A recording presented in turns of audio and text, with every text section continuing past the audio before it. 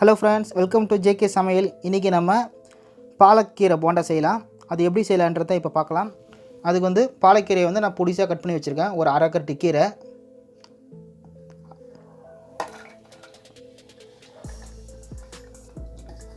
பெரிய வெங்காயம் 2,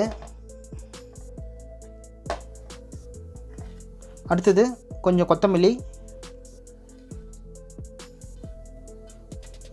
அடுத்தது கொஞ்சம் கருவேப்பிலை, 1 ஸ்பூன் அளவுக்கு பூண்டு சின்ன சின்னதாக கட் பண்ணி வச்சுருக்கேன்,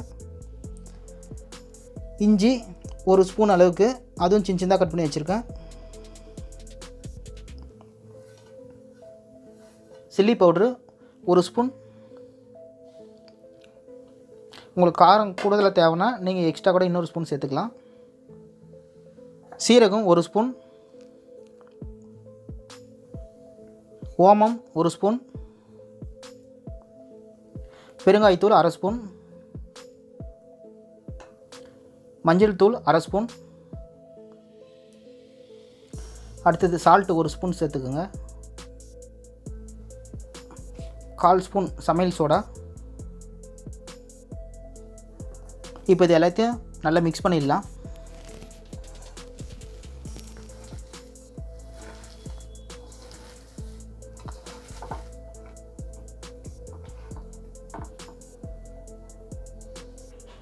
இப்போ இது வரைக்கும் மிக்ஸ் பண்ணி பிசைஞ்சு வச்சுட்டோம். அடுத்தது இதில் அரிசி மாவு 3 டேபிள் ஸ்பூன் சேர்த்துருங்க, கடலை மாவு 150 கிராம்,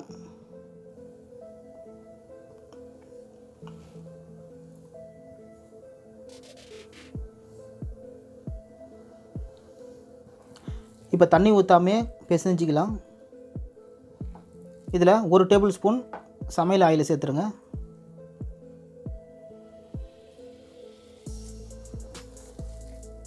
இது எல்லாத்தையும் மிக்ஸ் பண்ணிடலாம்.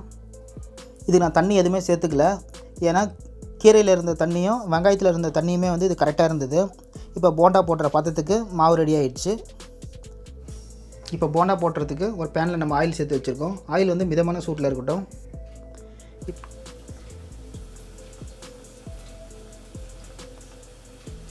இப்போ குட்டி லெமன் சைஸுக்கு எடுத்து ஆயிலில் போடுங்க.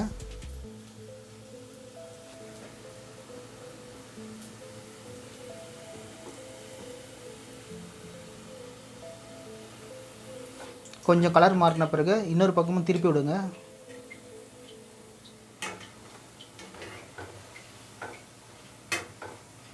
கரண்டியில் ஒரு பக்கம் திருப்பி விட்டுனே இருங்க.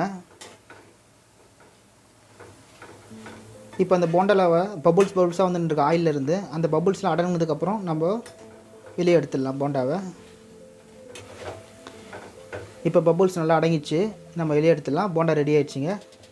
அவ்வளோதான், நம்மளுடைய சுவையான பாலக் போண்டா ரெடி ஆகிடுச்சு. இந்த வீடியோ பிடிச்சிருந்தா இந்த வீடியோ லைக் பண்ணுங்கள், ஷேர் பண்ணுங்கள். நம்ம ஜேகே சமையல் சேனலை இதுவரைக்கும் நீங்கள் சப்ஸ்கிரைப் பண்ணிங்கன்னா மறக்காமல் சப்ஸ்கிரைப் பண்ணிக்கோங்க. கூட ஒரு பெல் பட்டனையும் ப்ரெஸ் பண்ணிங்கன்னா நம்மளோட ஒவ்வொரு அப்டேட்டையும் நீங்கள் மிஸ் பண்ணாமல் பார்க்கலாம். மீண்டும் அடுத்த ஒரு வீடியோவில் சந்திக்கலாம். தேங்க்ஸ் ஃபார் வாட்சிங்.